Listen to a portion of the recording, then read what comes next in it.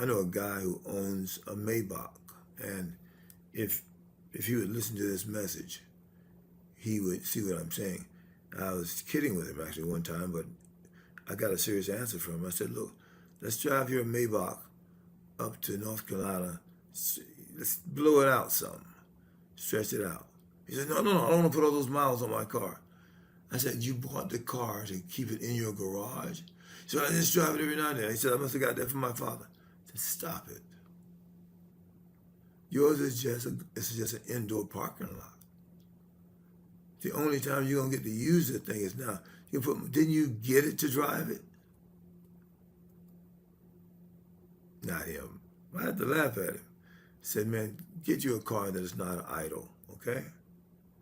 See? And so he is actually thinking about getting another car now because he thinks too much of that one. Doesn't matter what it costs. He's worth so much more. Man, he never has driven it around his friends. His people on the company he owns have never seen it. He's never driven it to church. He don't want those people to see it. His friends, where we hang out in the bowling center, never seen it. Because he don't want people to know he's well off. You're well off in your money. Your being well off is your commitment to God, your Christianity. That's your richness. See, that you take with you. That Maybach is not going with you anywhere. See? If you just leave it in the garage to be your idol there, the thing is going to turn to rust. See? We're in a generation, he's a Christian guy. He's a good man, actually. But it's just all of us are being perfected in some way. See? You will enjoy the fruit of your labor. In other words, I said to him, didn't you work to get the money to pay for that? Didn't God give you your company? Isn't that God's ability? So he doesn't have a problem with you having a Maybach.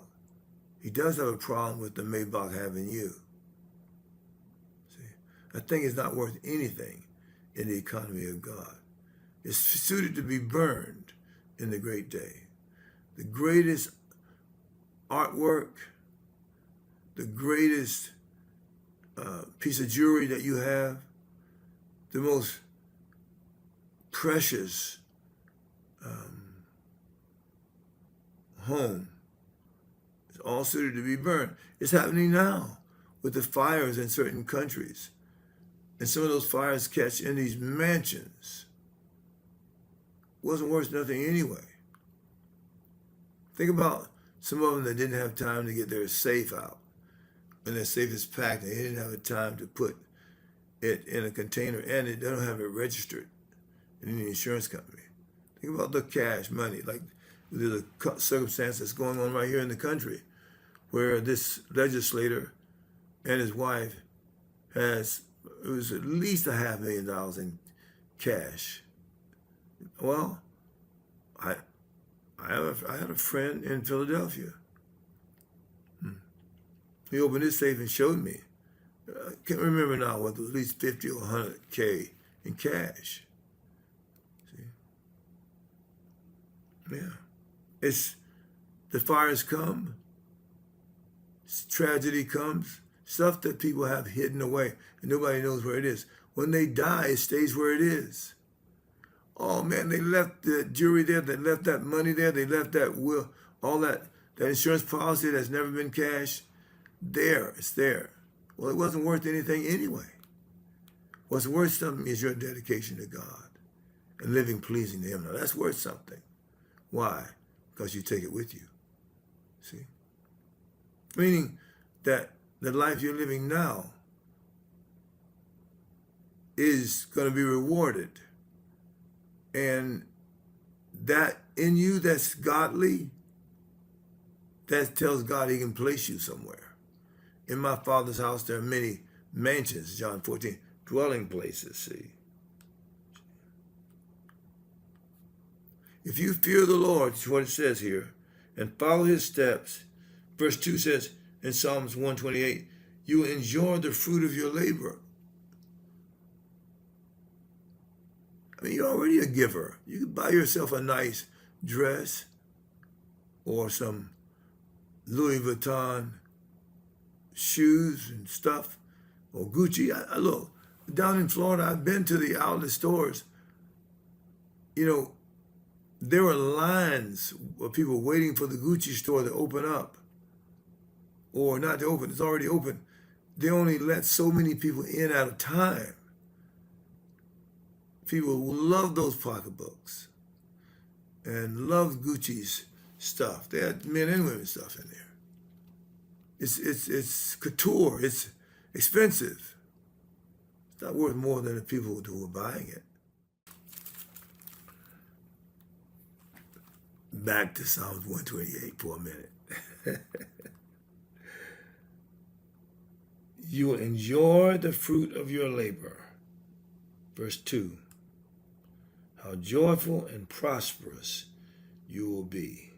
And it goes into the benefit of family.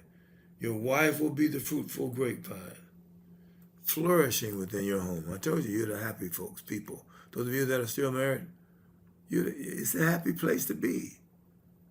You and your wife are both loving each other. I don't care how long you've been married. Sure, we've made mistakes in it, but come on. Your children will be like vigorous young olive trees as they sit around your table. You know, used to be like when I was young, you know, children wasn't allowed to talk. But when you are a happy family, in the vulnerability of that food, those kids, you may discover worlds of things about each other around the table, and especially what your children are becoming. See? And you know what he says in verse 4? That is the Lord's blessings for those who fear him. May the Lord continually bless you from Zion. This is a prayer. I'm praying it. Okay? May you see Jerusalem prosperous as long as you live. You are the Israel of God. May you live to enjoy your grandchildren. Many of us are grandparents. May Israel have peace. That's the blessing and the curse on our nation. It's nothing to do with just behavior. It has to do with our assessment of whether or not we bless Israel, God's chosen. Well, God bless. Listen, how are you doing with your gathering of the wisdom insights that God has shown you? Not just from reading through the chapters in Proverbs, but from what you collected in history and putting them together. One person sent me an encouragement that they were doing that, and showed me the outward copy of their book of where they're putting the insights that God has given them through the years. I say again, that the greatest thing you can pass down, the greatest treasure you can pass down to your progeny are the things that God has shown you that are heavenly. See? This treasure in earthen vessels, God's allowing it to come forth and to be passed down. Look, I said it, and someone else has said it, and it's passed down through the decades, that revelation is the gem that buys a generation. Oh yeah, that's what's important, is the revelation God's given you. Can't put a value on it. So I want to encourage you to keep on doing it. I mean, you can make a folder for it on your computer. And listen to me, I'm talking like I know what I'm talking about right there, doesn't it? I don't even know how to make a folder, but I know they exist. I do have something on my computer called iBooks, where I collect insights and things that I've written. It's in a category of unfinished works. But the unfinished work that's still living is us. God's still working on us. And that diamond through the fiery trials in you is being perfected. You're the diamond stuff. You're the gold standard.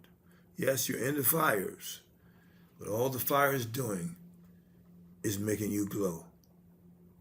There's no question about it. Don't give up and don't give in on your prayers. What you're believing to happen, what you've seen God declare He's going to do, the prophecies that's been prayed over you. Now, I would say include the prophecies that's been spoken over you in the treasury that you are collecting. And at least do a caption on it so that your children or those that may get your materials know what was spoken over your life. And this is what we have now called the Bible. Now, I made a bold statement some weeks ago from reading John, the last verse in the Gospel of John. And I said to you what it says in Scripture about Jesus. And there are many other, verse 25, John 21:25. And there are many other things which Jesus did, the which, if they should be written, every one, I suppose that even the world itself could not contain the books that should be written. What I said to you is, have you thought about that could apply to you also? Why? I said, you don't know the effect of everything you've said and everything you've done and who you reached and how that multiplied.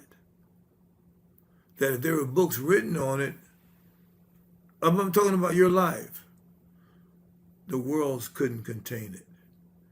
God knows how far the glow of your life, followed someone else's life into a country, into a family line, into a company.